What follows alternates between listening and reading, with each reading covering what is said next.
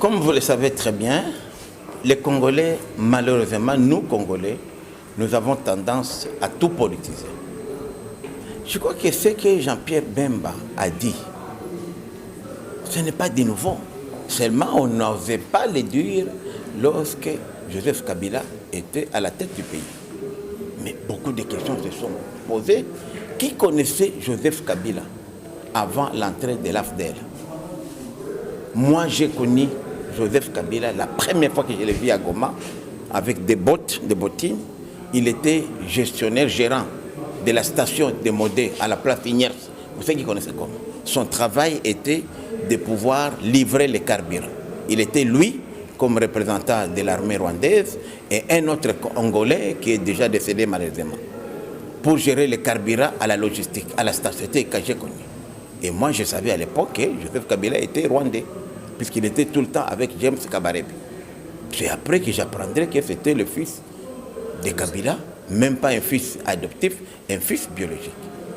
Mais comme vous savez, les Congolais n'aiment pas la vérité, alors que le peuple congolais a besoin de savoir les origines des dirigeants qui nous dirigent. Aujourd'hui, c'est la première fois qu'on a un chef de l'État. Évidemment, il y a Félix Tshisekedi, il y a aussi Kasavubu Joseph, qui on connaissait au moins les parents, on connaît les écoles où ils ont fréquenté, on connaît les terrains de foot où ils ont joué, on connaît leurs amis. Mais qui connaît aujourd'hui les collègues qui ont étudié avec Joseph Kabila? Qui connaît l'école où Kabila a étudié avant de venir au Congo? Vous savez que ce sont des questions. Même Mobutu aussi, je ne dis pas pour Mobutu, j'ai été aussi ministre de Mobutu. J'ai eu la chance, moi, d'être ministre de Mobutu. J'ai été aussi ministre de Kabila. Et je vous dis que chaque mois, il est payé 66 millions de dollars. Il était payé. J'étais ministre de l'énergie. Et à l'époque, on les payait dans le budget de mon ministère, couvrant notre contribution à la Sinelac. La Sinelac, en fait, c'était une entreprise commune entre nous, d'électricité, entre la RDC, les Rwandais et les Burundi.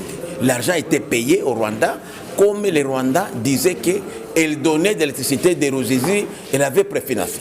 Mais ce préfinancement-là n'est jamais fini. Et jusqu'à l'arrivée de Félix Tshisekedi, les 66 millions de dollars étaient payés. Je suis ancien ministre de l'énergie, je vous dis que ça sortait de mon ministère. Et lorsque Félix Tshisekedi a arrêté ces paiements-là indus, ça a posé un problème. Je crois que c'est un secret polichinelle. Ceux qui ont été à la tête de ce ministère-là pourraient témoigner. Et moi, j'avais posé la question, on m'a dit que non, c'est la contribution de la RDC à la Sinelac. J'ai même organisé une mission de contrôle. J'ai même un collègue député qui est ici, honorable, il est maintenant devenu député, honorable Soumaïli. Honorable Soumaïli, Emile est ici, il était à l'époque un de mes collaborateurs dans mon cabinet. J'ai fait la même mission avec eux.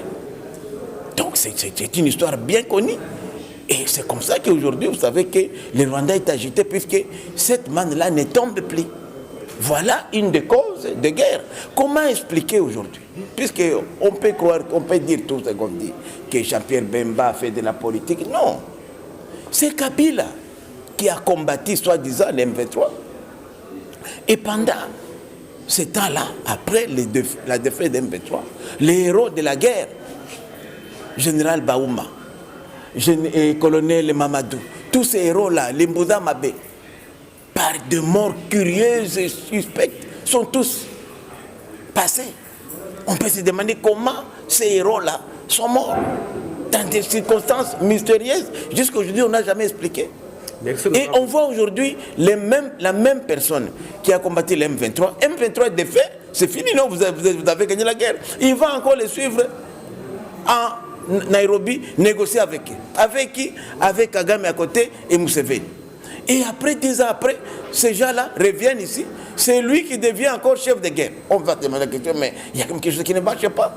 C'est pourquoi on se pose est-ce que Kabila est-il réellement congolais? Nous ne savons pas la mère de Kabila, la vraie mère biologique. Moi, je suis Moussaïli. J'ai connu maman Sifa depuis des années, avant même que Mouzé n'arrive ici. Parce qu'on allait à l'étranger. Je n'ai jamais entendu parler d'un de ses fils qui s'appellerait Joseph Kabila. Mais à l'époque, on pouvait en parler. Je crois que les Congolais ont besoin quand même de savoir les passés de leurs dirigeants. Ce n'est pas un mauvais défini. Et si lui, Joseph Kabila, persiste et à dire qu'il est le fils biologique de Mouzé Laurent Désiré Kabila, mais pourquoi il refuse de faire l'ADN? Le corps de Kabila est ici, de Mouzé. On n'a qu'à prendre les sangs et faire les tests d'ADN. C'est possible. Aujourd'hui, avec la technologie, le corps est là, on peut être... Mais Kabila Joseph a toujours refusé ça. Même son nom n'était pas Kabila Joseph. Quand il est venu à Goma, on ne l'appelait pas Kabila. Moi, c'est ici à Kinshasa, quand il est devenu général et commandant des forces terrestres, que j'ai appris qu'il s'appelait Kabila. Il ne s'appelait pas Kabila à Goma. Est-ce que je l'ai vu? Est-ce que vous avez déjà rencontré... Il s'appelait Hippolyte. Hippolyte, c'est moi je connaissais Hippolyte. Alors, à la station, il s'appelait Hippolyte. Vous pouvez demander les gens qui étaient à l'AFDEL, à l'époque à Goma, à la station, quand il était gérant, donc gestionnaire du carburant pour l'armée, l'AFDEL, et Mouzé et Laurent Désiré Kabila étaient là, c'était chez nous à Goma, on l'appelait Hippolyte. Kanambe. Honorable, le Rwanda avait réussi à placer un Rwandais à la tête de la République démocratique du Congo. Vous, en tant que parlementaire, qu'est-ce que les Congolais peuvent faire? Qu'est-ce que les autorités congolaises peuvent faire pour réparer cette histoire? Bon, moi je crois qu'aujourd'hui, nous voulons la réconciliation. On ne peut pas parler de réconciliation s'il n'y a pas de vérité. Il faut quand même qu'il y ait la vérité, qu'on sache d'abord qui ont couvert Kabila jusqu'à aujourd'hui. Bon, l'effet professeur, il est mort là, un Katangé là, qui était même ministre. Hein? Et Moukena. Moukena avait reconnu que c'est lui-même qui avait donné le nom de Kabangé à Kabila. C'est lui qui avait, il a reconnu. Et qu'il avait eu mission, c'est pour ça même qu'on a fait de lui gouverneur, il a dit de son vivant que c'est lui qui avait eu mission à faire accepter Kabila comme Congolais. Mais pourquoi aujourd'hui les Congolais, les autres complices, ne font pas leur mea culpa? Ceux qui ont prétendu être cousins de Kabila, même leurs oncles et tantes, ces gens-là doivent être sanctionnés. Il faudrait qu'une information judiciaire soit ouverte pour connaître les origines de Kabila, comment le pays a été infiltré à ce niveau-là jusqu'à abriguer la magistrature suprême. Kabila n'est pas seul. Il y a eu des complicités congolaises. Et les gens qui sont encore là aujourd'hui, qui l'ont accompagné, ces personnes-là doivent être sanctionnées puisqu'ils ont fait du mal et du tort au pays. Pour terminer, Jean-Pierre Bemba va plus loin. Il dit que c'est Paul Kagame qui avait facilité l'audience à Emmanuel Macron aux évêques de la Senko. Vous avez aussi cette information-là? Je le confirme puisque parmi les évêques, bon, on lui avait, lorsque la Senko, les délégués de la Senko et de la SSC ont quitté ici, la prêtre à Goma sans passer par Kigali pour affaire. Ça peut être vrai ou faux. Mais en rencontrant le président Macron, ils lui ont dit non seulement, et en rencontrant le président Kagame, non seulement ils lui ont demandé de leur faciliter l'audience auprès du président Macron, mais de leur faciliter aussi l'audience auprès du président Museveni et d'autres leaders. Ça, ils l'ont demandé, ils ne peuvent pas le cacher. Ils l'ont demandé en plein air, en pleine audience.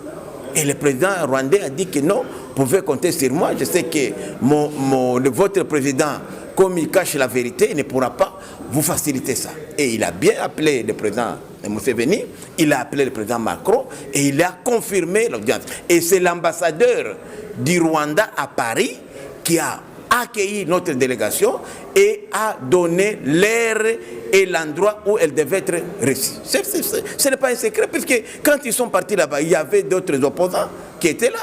Notamment, je peux dire, je ne vais pas citer ici des noms, parce que ça serait indécent de les dire. Non. Et c'est pourquoi même vous avez vu que dans leur plan, les plans, ce n'est pas un plan pour le pacte social, non. Les plans, c'est clair. C'est d'abord de mettre fin au mandat constitutionnel, au mandat légal de Tshisekedi. C'est Tshisekedi qui est vidé là. Tout ça, il n'y a rien de pacte social, non, de réconciliation, il n'y a rien.